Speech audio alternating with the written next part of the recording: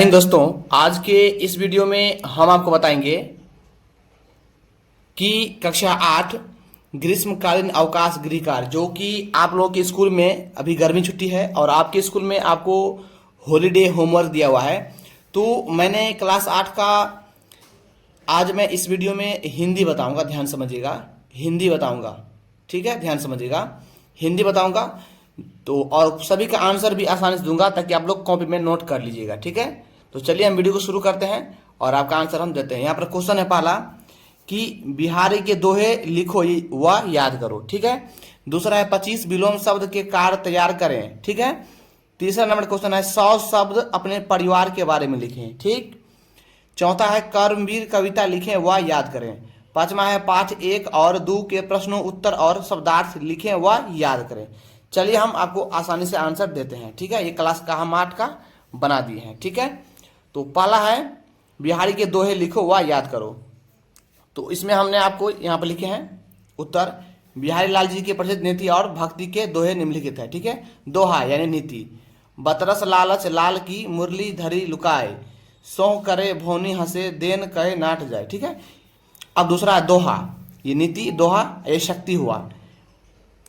मेरी भाव बाधा बाधा हरो राधा नगरी सोई, जा तन कई झाई परे संयुमी हरित दूती होई, ठीक है। अब अगला है दोहा यानी गुणों का महत्व। बरे न हुजे गुनून बीनू बिरद बराई पाई, कहत धतूरे सो कनक गहनो गढ़ो न जाए, ठीक है। इसको नोट कर लीजिए आप लोग अपने कॉपी में आसानी से। चलिए हम अगला क्वेश्चन की ओर चलते हैं। अगला क्वेश्चन है कि 25 विलोम शब्द के कार्ड तैयार करें। इस प्रकार से आप लोग पेंसिल से लिख लीजिएगा, तैयार कर लीजिएगा। एक भाग शब्द, उसके बाद विलोम शब्द, फिर शब्द, फिर विलोम शब्द, ठीक है। चलिए पहला है अमृत, अमृत का हो जाएगा विष। दूसरा है अंधकार, अंधकार का प्रकाश। तीसरा है अनुज, अनुज का अग्र हो जाएगा। आदर का अनादर, आदन का प्रदान, आय का व्यय, आकाश का पाताल, आशा का निराशा, ध्यान समझिएगा।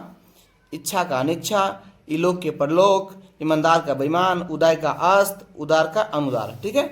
चलिए अगला देख लेते हैं। उचित का अनुचित, उत्तीर्ण का अनुत्तीर्ण, क्रय विक्रय, जड़ चेतन, जय पराजय, ठंडा गर्म, दिन रात, धनी निर्धन, नया पुराना, पुण्य पाप, प्रत्यक्ष परोक्ष, सत्य असत्य, ये लिख लेंगे, ठीक है। इस प्रकार से सत्य का असत्य लिख लेंगे। चलिए हम आगे चलते हैं क्वेश्चन नंबर 3 की ओर। तीसरा है, ध्यान समझिएगा, 100 शब्द अपने परिवार के बारे में लिखिए, ठीक है। 100 शब्द का मतलब क्या होता है, ध्यान समझ। जैसे मेरा, तो मेरा हो गया 1 शब्द, परिवार तो हो गया 2 शब्द, एक हो गया 3 शब्द, सुखी ये 4 शब्द, ऐसे मिला करके 100 शब्द पुराना है आपको। ज्यादा हो जाए चलेगा लेकिन कम नहीं होना चाहिए। तो चलते हैं, यहाँ पर लिखा है मेरा परिवार एक सुखी और आदर्श परिवार है। मेरे परिवार में कुल 5 सदस्य हैं। मेरे माता पिता, दादा दादी और मैं। मेरे पिताजी एक कुशल व्यवसायी या नौकरी पेश हैं, यानी नौकरी करते हैं। और मेरी माताजी एक गृहिणी हैं जो पूरे घर का ध्यान रखती है। और हमारे दादा दादी हमें पुरानी और ज्ञानवर्धक कहानियाँ सुनाते हैं तथा हमें अच्छे संस्कार सिखाते हैं।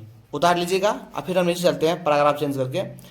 सभी सदस्य एक दूसरे से बहुत प्रेम करते हैं और सुख दुख में हमेशा साथ खड़े रहते हैं। हमारे घर में अनुशासन के साथ साथ हंसी मजाक का माहौल भी रहता है।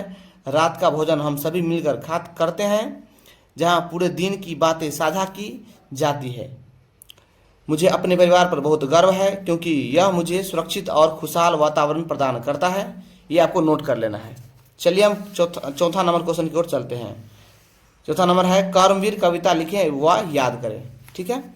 यहाँ पर है कर्मवीर कविता का लेखक क्या है, अयोध्या सिंह उपाध्याय हरिऔध द्वारा रचित कर्मवीर कविता की मुख्य पंक्तियां निम्नलिखित है इस प्रकार से। देखकर बाधा विविधि बहु विचरण घबराते नहीं, रह भरोसे भाग के दुख भोग पछताते नहीं। काम कितना ही कठिन हो किंतु उकताते नहीं, भीड़ में चंचल बने जो वीर दिखलाते नहीं। हो गए एक आन में उनके बुरे दिन भी चले, सब जगह सब काल में वे ही मिले फूले फूले। उसके बाद है आज करना है जिसे करते उसे है आज ही, सोचते कहते हैं जो कुछ कर दिखाते हैं वही। तो इसका चौथा का ये हो गया आपका। ठीक है, चलते हम अगला क्वेश्चन की ओर।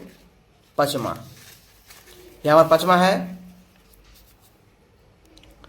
पाठ 1 और 2 के प्रश्न उत्तर और शब्दार्थ लिखें व याद करें। तो यहाँ पर है पाठ 1 ध्वनि यानी कविता सूर्यकांत त्रिपाठी निराला।